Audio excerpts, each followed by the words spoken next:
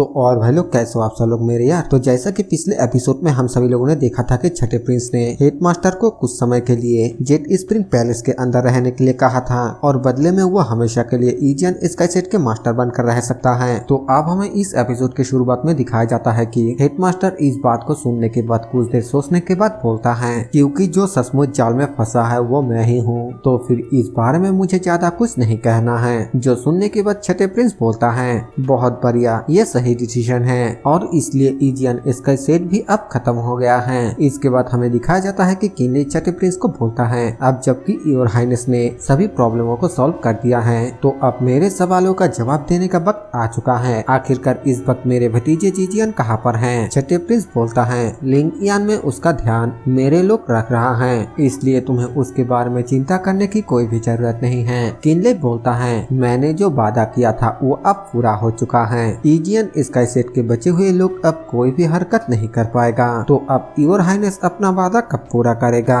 Your highness बोलता है, इतनी भी जल्दी क्या है? क्या मैं तुम्हें उस तरह के इंसान लगता हूँ जो अपने किए हुए वादे को तोड़ देता है? अगर तुम लिंगियन में रहते हो तो फिर मैं तुमसे वादा करता हूँ एक दिन मैं सुप्रीम थ्रोन को हासिल करूंगा और उसके बाद तुम्हें और तुम्हारे किन फैमिली को इटर्नल ग्लोरी दिलवाऊंगा। किनले अपने एंसेस्टर के बातों को याद करते हुए अपने मन में बोलता है, एंसेस्टर ने मुझे तीनों ट्रेजरों को प्रैक्टिस करने के लिए कहा था और फिर डोंगझो जाकर किन क्लैन के बारे में पता लगाकर उनके दुश्मनों से बदला लेने के लिए कहा था। ये सोचने के बाद वो छठे प्रिंस को बोलता है, आपके उम्मीदों को तोड़ने के लिए मैं आपसे माफी चाहता हूँ, मैं शांगझाओ में रहना नहीं चाहता। छठे प्रिंस बोलता है, वैसे तुम्हें अब भी अपने जख्मों को ठीक करने की जरूरत है। 10 दिनों में मैं झाओ कैपिटल लिंगियान शहर में तुम्हारा इंतजार करूंगा। किनले बोलता है, ठीक है, मैं उम्मीद करता हूँ कि योर हाइनेस अपने बात को जरूर रखेंगे। इसके बाद हमें बताया जाता है कि यहाँ पर कई महीने बिताने के बाद आखिरकार किनले ने क्विंजी कंट्री को छोड़ दिया। छठे प्रिंस के साथ टीम बनाकर उसे बहुत सारे बातें साफ दिखाई दिया। टॉप इंसान स्ट्रेटजी के साथ फाइट करता है और दिमागी खेल खेलता है, जैसे कि छठे प्रिंस ने किनले को अपना भाई कहा था, क्योंकि उसने देखा कि किनले अब भी काम के हैं। इसके अलावा किनले बहुत ही बुरी तरीके से घायल होने के बावजूद तीन डानियांग रियलम के मास्टरों का सामना किया। अब वो सिर्फ एक ही काम कर सकता था और वो था शांति से एक जगह को ढूंढकर अपने जख्मों को ठीक करना।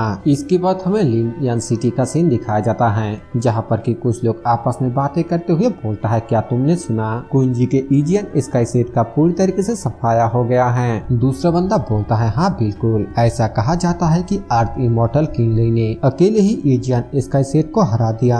उसने एक फ्लेमिंग स्पिरिट शॉट का इस्तेमाल किया जो 9 डानियांग रियलम के मास्टर से भरे एक सेट को भी पनिश कर सकता है। कुछ लोग तो ये भी कहता है कि उसने आखिर में नानजुआन को भी मार डाला। दूसरा बंदा बोलता है, हे भगवान, क्या वो इतना ज्यादा ताकतवर है? हमें किनले को दिखाया जाता है जो कि वहीं से गुजर रहा था। वो उन लोगों के बातों को सुनने के बाद अपने मन में बोलता है, बदकिस्मती से ऐसे अफवाह है कि नानजुआन की मौत तलवार से हुआ। हो सकता है कि ये झाओ युआन ने तब किया जब उसने खबर को फैला दिया था। किनले यहाँ पर और भी कुछ बातों को सोचता है, लेकिन तभी हमें उसके सामने से आता हुआ उसी लड़की को दिखाई जाती है जिसका मुलाकात किनले के साथ उस गुफा के अंदर हुआ था। वो दोनों ही अचानक बिल्कुल एक दूसरे के मुंह के सामने आ जाता है और एक दूसरे को देखकर दोनों ही थोड़ा हैरान हो जाता है। वो लड़की किनले को देखते ही चिल्लाते हुए बोलता है, ये तो तुम हो, तुम वही हो जिसने मुझे नहाते हुए देखा था। ये तो सच में तुम ही हो, मैं हर जगह पर तुम्हें ही ढूंढ रही थी। मैंने तुम्हारी जान बचाई, लेकिन क्या इसके बावजूद अलविदा कहे बिना ही जाना ठीक है? किनले बोलता है, पास्ट में मेरे जान को बचाने के लिए मैं तुम्हारा आभारी हूँ। अगर मैं तुम्हारे लिए कुछ भी कर सकता हूँ तो फिर मैं तुम्हें साथ करने के लिए तैयार हूँ। वो लड़की बोलती है, क्या मैंने तुम्हें पहले ही नहीं बताया था जब मैंने तुम्हें बचाया था? क्योंकि मैंने तुम्हारी जान बचाया था, इसीलिए अब तुम्हारी जिंदगी मेरी है। क्या तुम इसे इनकार करना चाहते हो? किनले उसके बातों को सुनने के बाद थोड़ी देर चुप रहता है और फिर बोलता है, हालांकि मैं तुम्हारे मदद की वजह से बच गया था, लेकिन इसका मतलब ये नहीं है कि मैं तुम्हारे दया के ऊपर निर्भर हूँ। वो लड़की बोलती है, क्या इसका मतलब तुम मुझसे फाइट करना चाहते हो?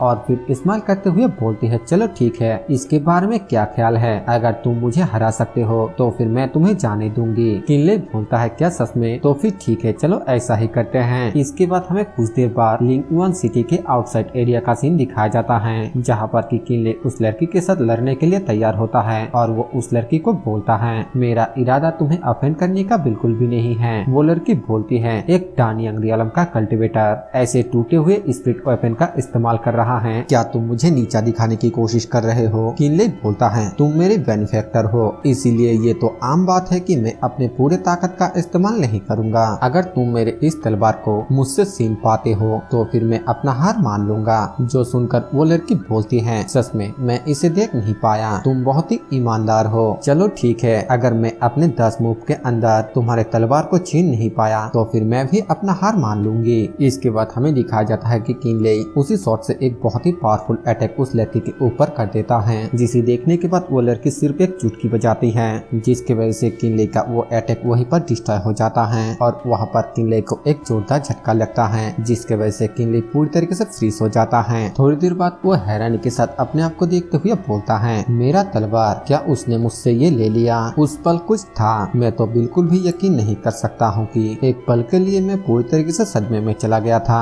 वो लड़की किनले को बोलती है, 3 मूव और तुम हार गए। किनले बोलता है, मैं ईमानदारी से इस हार को मानने के लिए तैयार हूँ, अगर तुम मुझे मारना चाहते हो तो फिर मार सकते हो। वो लड़की बोलती है, नहीं, मुझे मारने या और कुछ भी करने में कोई भी दिलचस्पी नहीं है। जितने सालों से मैं यहाँ पर रही हूँ, तुम ही इकलौता दिलचस्प इंसान हो जिनसे मैं मिली हूँ। और फिर किनले के उस शॉट को अपने हाथों से तोड़ते हुए बोलती है, तो अगर मैं तुम्हें मार दूं, क्या ये मेरे लिए नुकसान नहीं है? कैसा होगा कि तुम मुझे अपना मास्टर कहो? जो सुनकर किनले चिढ़ते हुए बोलता है, बिल्कुल भी नहीं। वो लड़की हंसते हुए बोलती है, ठीक है, मैं तुम्हें चिढ़ाना बंद कर देती हूँ, मेरा नाम किलुओ है, आखिरकार तुम्हारा नाम क्या है? किनले बोलता है, मैं किनले हूँ। जो सुनकर किलुओ बोलती है, किनले, ये सुनने में तो काफी अच्छा लगता है, आखिरकार तुम लिंग यांग में क्या करने के लिए आए हो? किनले बोलता है, मैं यहाँ पर कुछ जरूरी काम से आया हूँ। किलुओ उसके पेट पर कोहनी मारते हुए बोलती है, आखिरकार तुम क्या करने जा रहे हो? क्या ये मजेदार है? क्यों ना तुम मुझे भी अपने साथ लेकर चलो,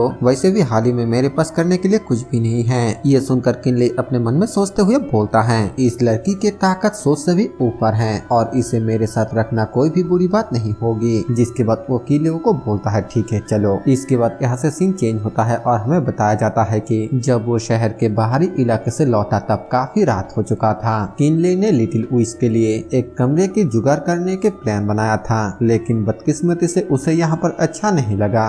उसने कहा कि वो किनले को रहने के लिए एक बेहतर जगह पर ले जाएगी। हमें दिखाया जाता है कि किलुओ किनले को उड़ा कर ले जाने लगती है, जो देखकर किनले उसको बोलता है, अरे आखिरकार तुम ये क्या कर रहे हो? लिंग इवान शहर में उड़ना अलाउ नहीं है, अगर किसी ने देख लिया तो फिर क्या होगा? किलुओ बोलता है, तुम्हें घबराने की कोई भी जरूरत नहीं है, ये एक एस्केपिंग स्पिरिचुअल अम्ब्रेला है और ये एक टॉप क्वालिटी के स्पिरिट वेपन है, इसीलिए चिंता मत करो। अपने ताकत के साथ ये थोड़ा सा भी स्पिरिचुअल एनर्जी का इस्तेमाल नहीं करेगा। जो सुनकर किनले आगे कुछ भी नहीं बोलता है, जिसे देखकर लुओ पूछती है, आखिरकार क्या हुआ? अचानक इतना सन्नाटा क्यों? किनले बोलता है, मैं बस ये सोच रहा हूँ कि क्योंकि हम दोनों एक साथ काम कर रहे हैं, इसीलिए मुझे चीजें क्लियर करने की जरूरत है। आज से 3 महीने पहले मेरे किन फैमिली को शांग युआन शहर के बाहर मार दिया गया था, इसीलिए गुस्से में आकर मैं किसी के भी जान लेने के लिए उतर गया। हालांकि मैंने अपना बदला ले लिया, लेकिन इसके बावजूद मेरा भतीजा लिंग युआन में कैद है और मेरा यहाँ पर आने का कारण उसे वापस ले जाना है। ये सुनकर लुओ हैरानी के साथ बोलता है, अच्छा तो वो लोग जो शांग युआन शहर के बाहर मरे वो तुम्हारे फैमिली के लोग थे? इसमें कोई भी हैरानी की बात नहीं है कि उनमें से कुछ लोग तुम्हारे जैसे दिखते थे। इस बात को सुनकर किनले काफी ज्यादा हैरान हो जाता है और हैरानी के साथ लुओ से पूछता है, क्या ऐसा हो सकता है कि उस वक्त तुम वहाँ पर थे? और इसी सीन के साथ ये वाला एपिसोड यहीं पर खत्म हो जाता है। वीडियो पसंद आए तो वीडियो को लाइक कर देना, चैनल पर नए हो तो सब्सक्राइब कर देना। मैं मिलूंगा आप सभी से एक और नए वीडियो के साथ, तब तक के लिए बाय बाय।